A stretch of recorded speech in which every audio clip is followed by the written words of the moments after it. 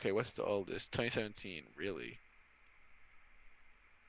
Okay, what's the most? Okay, top ranked. What's the No, number top ranked are one gonna be creamy good. The pasta? top ranked are gonna be too good. I want to read like the bad ones. British Okay. people.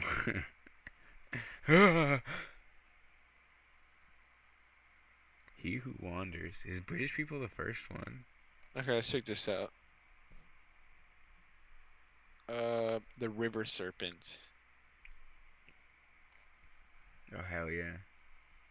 There's a high rating though. But This is kind of what we were making. this is what we were making. That line was so bad, bro. No, that was fire, bro. Was his The first. fucking It was my friend and I, Jonathan's. Jonathan, went to the lake. It was my friend and I went to the lake. It His was Jonathan's first first time at time the going lake. to lake. Very, I think it's funny. Alright. Estimated reading time 27 minutes. Boo! Let's go back to this. Jonathan. No. We can speed read Jonathan, it. his first time at the lake.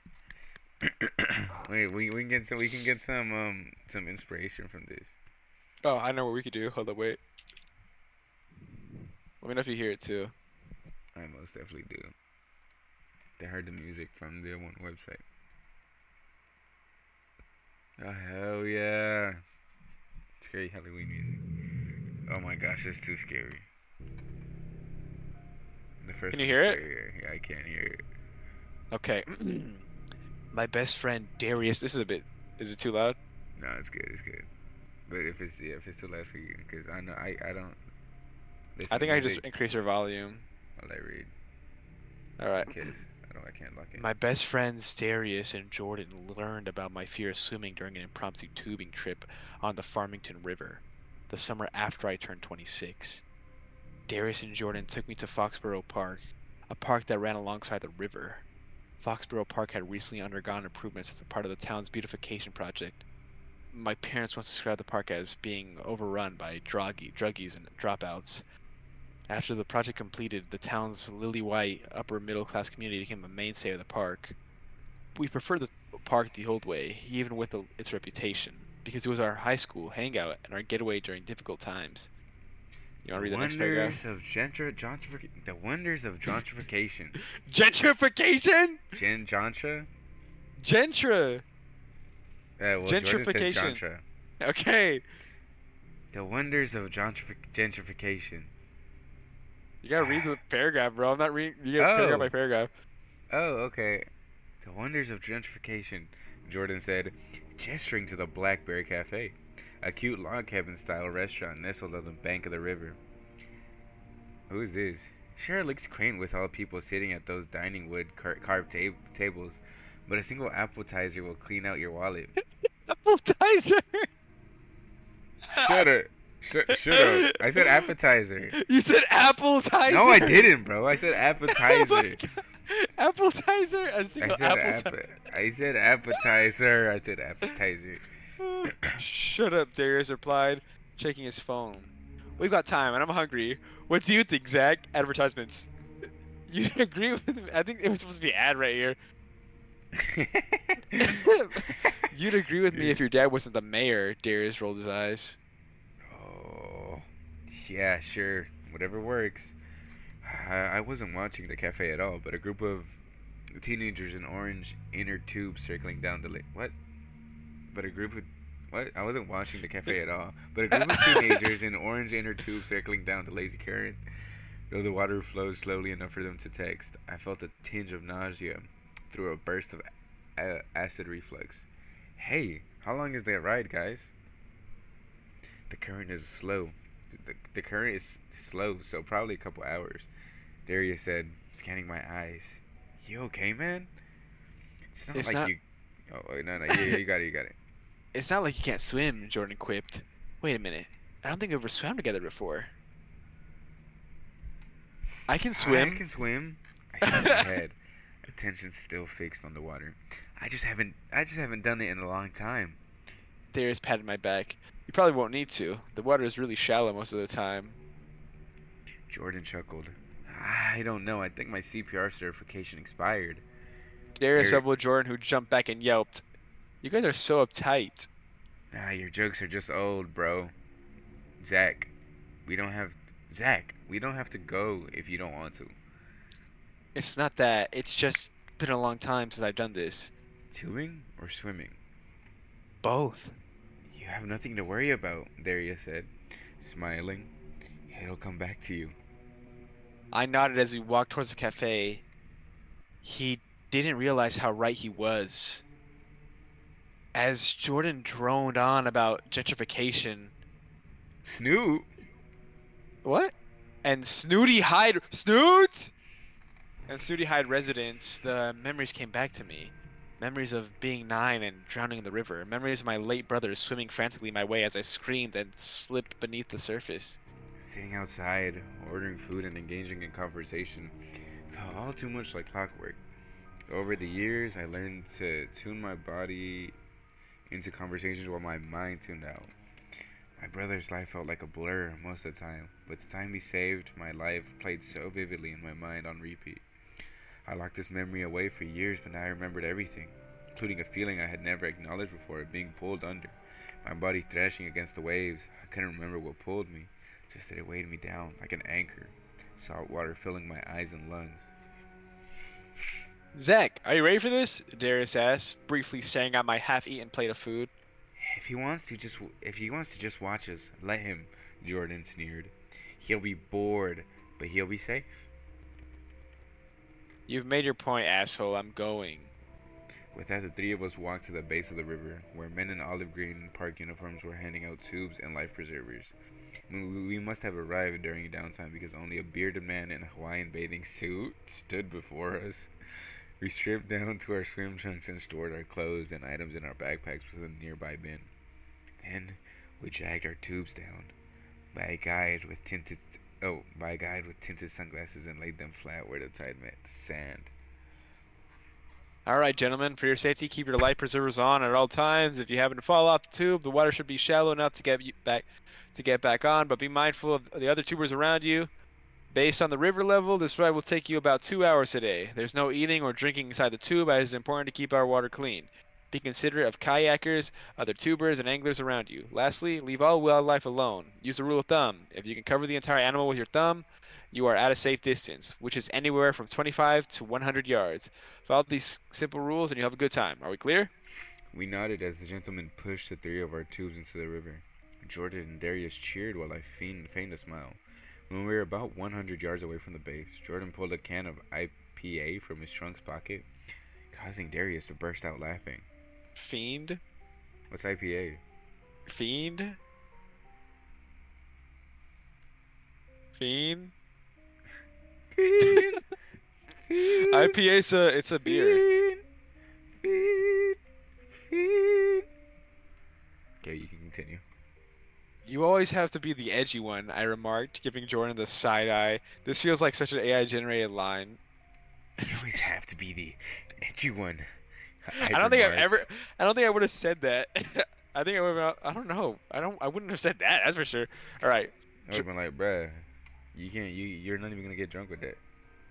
That's even the Jordan point. splashed water towards my tube, but narrowly missed as it spun towards a bend. Live a little, Zach. For once in your milquetoast life, do something spontaneous. Holy Lord. Like your YouTube channel? Darius groaned. He's not going to hunt magical ghosts and cryptids for views. I laughed, slapping my arm into the water, cutting a nice wave Jordan's way. Better that than being a knife salesman, Jordan jeered. Let's not kid ourselves, Zach. As the three of our tubes circled another bend past a group of young girls, I looked at the orange-tinted sky and smiled. It was good to be with Darius and Jordan, even if we were crudely roasting each other. For the past few years, the monotony of work and home kept us from enjoying each other's company too often. Darius worked for a tech company in Japan and only visited the States a couple times a year. Jordan, on the other hand, was my roommate who resented the fact that I worked too often to hang out and make YouTube videos with. Like the day's tide, we were slowly drifting apart, but for the time being, just within an arm or a phone call distance of each other. I wondered how long that would last. For the next hour, we joked and reminisced about better times as we drifted further down the river. A couple groups of tubers had pulled their rafts ashore to have lunch or join the fishermen. The park felt very much alive that day. The man in the Hawaiian bathing suit drifted nearer towards us as Jordan boasted about his next project.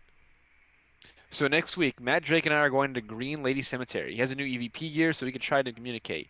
You guys are more than welcome to come along. Thanks, but I'll pass. Darius scoffed. You tell Zach to get a real job. You tell Zach to get a real job, but look at you, dude.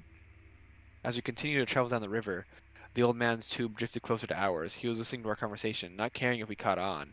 And when Jordan told his story about getting chased by the ghost of Samson Rock, the man laughed heartily, causing his white Santa Claus beard to bounce off his large belly.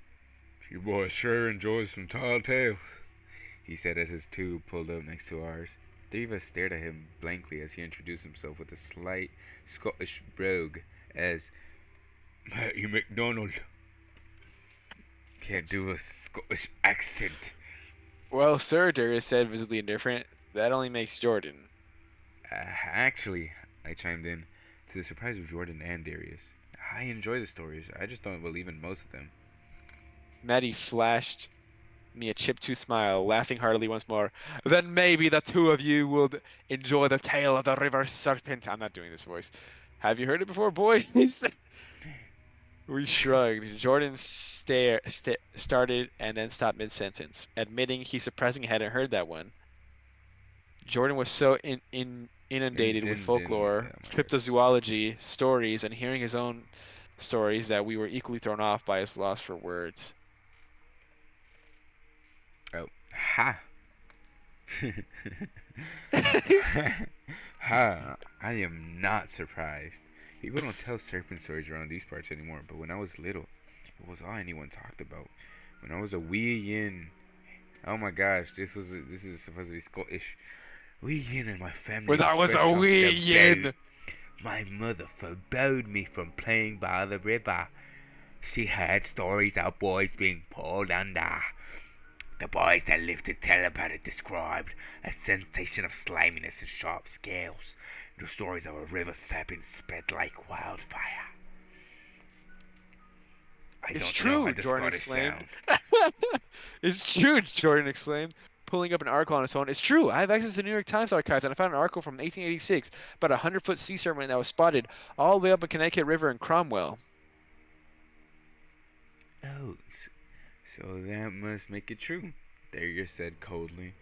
A second-hand account from the 1800s before much of modern science discoveries, and you believe it just like that. Figures. Also, we're on Farmington River, not. It's a tributary, you silly skeptic, which means it flows into. I know what it means, Jordan. Still doesn't mean you have any proof. Mr. McDonald, have you ever experienced anything? As soon as the jolly man laughed again, Darius seemed to instantly regret his question, while I quietly grew more curious. At a young age, my late grandfather, a Navy veteran of the Second World War, told Arnold and me tales about a giant squid and a shark as big as a megalodon. Even though I never believed my grandfather, I found comfort in some of these stories. Of course, my boys. Why, as a lad, I went fishing all the time. I caught mostly trout in those days, but I remember one night something heavy tugged my rod and me under. It was the most violent force I ever felt. Had I not let go of the rod, I would have been like all those other boys. I haven't been fishing around these parts since my poor Macman, or what you call grandson, died looking for it. Ooh, whoa, Jordan said, jaw agape. Oh, Darius murmured. I'm sorry for your loss. Thanks for telling us your story, I said as Maddie's tube started to drift further from ours again. Hey guys, why are our tubes going slower than his? Oh shoot, Darius said, looking over the side. There were a few small holes in the seams of each of our tubes. We better bring these to shore. Darius hopped out of the tube and noticed that the water was shallow enough that he could walk. He mentioned for all of us to step out of our tubes. We all hopped out, the rocks digging at our toes. Seaweed between the crevices as a strand of seaweed wrapped around my leg. I squirmed, thinking back to that slimy feeling I felt that day. I almost drowned. Until that moment, I hadn't thought about the particular feeling because the memory of drowning was so overwhelming. The slimy feeling triggered another memory, the fear of looking down. It wasn't only when something pulled me under, but every time I entered the water thereafter. I never ventured further than a few feet into the pool, river, or ocean, fearing what I couldn't see. After we pulled the tubes to shore, Jordan stepped aside to start yelling obscenities into the phone, most likely at his girlfriend, from whom he was fighting with for the umpteenth time. Darius motioned for me to come over and commented that I totally looked zoned out. Zach, you okay, man? Yeah, I said instinctively. Not looking back at him, the wet sand beneath my toes reminded me of the first feeling I recalled when I woke up gasping with my grandfather looming over me. His meaty fingers locked over my chest. A small crowd gathered around us, their faces drifting in and out of the focus. For years, that moment had been a blur, a frightening, overwhelming blur that stayed in my mind's black box of repressed childhood memories. I call bull on that. Yeah, I replied, awkwardly laughing. I looked towards Jordan, who was dragging the deflating tubes up the hill towards the park worker. When he was out of earshot, I said, I almost drowned here when I was a kid. Drowned? I had fallen out of my tube. I could swim, but something like a rip current pulled me under. I thought rip currents only happen near the sea. That's the thing. It makes no sense, but I don't know how else to explain it. Darius put There. an arm around my shoulder. Shit, my bad. No, you're good, bro. Finish it. Darius put an arm around my shoulder and stood with me for a moment.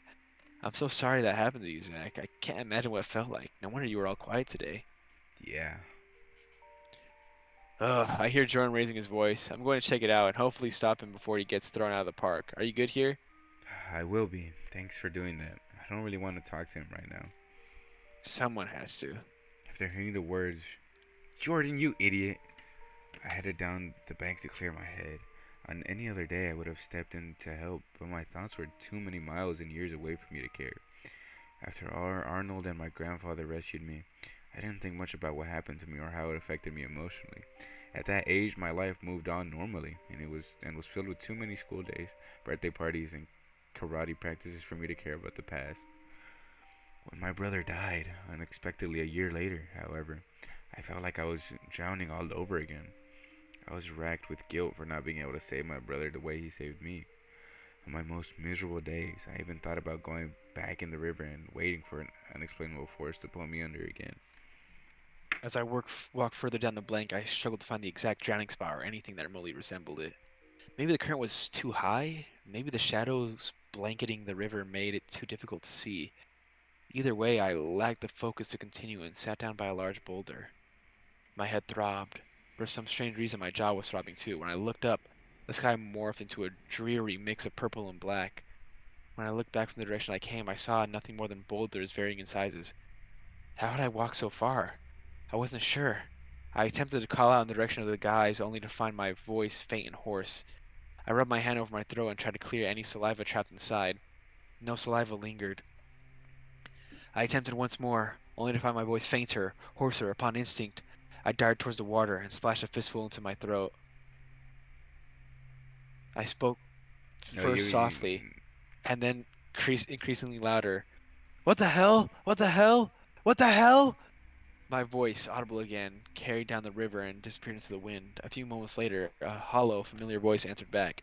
Zach, over here! I figured the voice belonged to Darius or Jordan, but it was higher pitched. It sounded like another voice I'd heard before, but I couldn't figure out who it belongs to. Zach, hurry up! The voice called again, this time even more hollow. It seemed closer than before. My mind was racing, trying to figure out who else would have called my name with such vigor. After high school, most of the people in my friendship circle moved to other towns or other states. After college, my last known acquaintances did as well, except for Darius, Jordan, and Miguel. Of course, it must have been Miguel. He didn't live in Hyde anymore. He had an apartment in New Haven with his girlfriend, but sometimes visited his grandparents' house on weekends. Miguel? I called back. Miguel, is that you? There was no response, only the echo of my voice, bouncing down the waters and into the wind. Reluctantly, I hurried down the bank and called Miguel's name again. It must be Miguel, I thought. No other person knew my name well enough to shout it with that intensity. Suddenly, I remembered that Miguel never called me by my first name. He was the only one to call me Z since high school. An inside joke that didn't catch on with the rest of my friend group. A few minutes later, I felt the water start to regurgitate. It didn't feel like water, though. It was sour and putrid, causing me to convulse onto some nearby rocks, followed by very heavy breathing. So much for my lunch of sliders and iced coffee.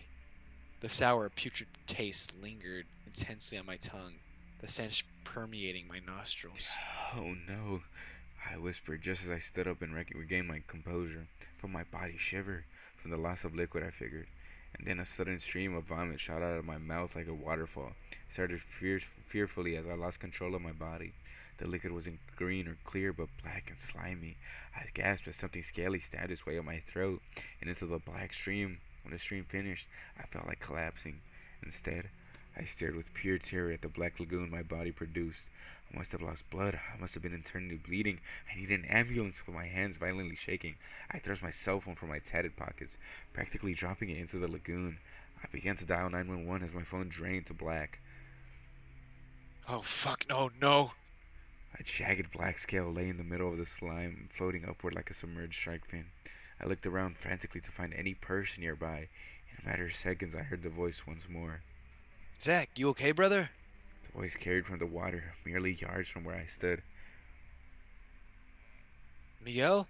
I called. I looked up from my pile of misery to see a figure floating in the middle of the water, eclipsed by shadows. Miguel, can you help? I can't believe you wouldn't recognize your own brother. What the hell? Who are you? I glanced more closely at the figure and noticed that the long, curly hair draping over its shoulders. I jumped into the water and started swimming swimming toward the figure, which just floated and swayed with the waves. No matter how close I came to the figure, I couldn't quite discern its features. I stopped 4 feet from the figure and began to tread water. My body still weak, my throat still throbbing.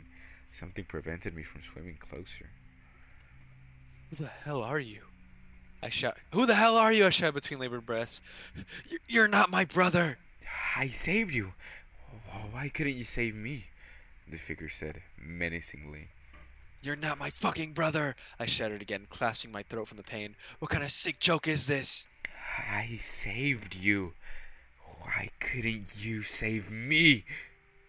Although I was terrified, I wanted to punch it. I lunged from the water, fist ablaze, and dove towards it. Oh, I saved you. Why couldn't you save me? I was I was lost as he airborne. scrolled.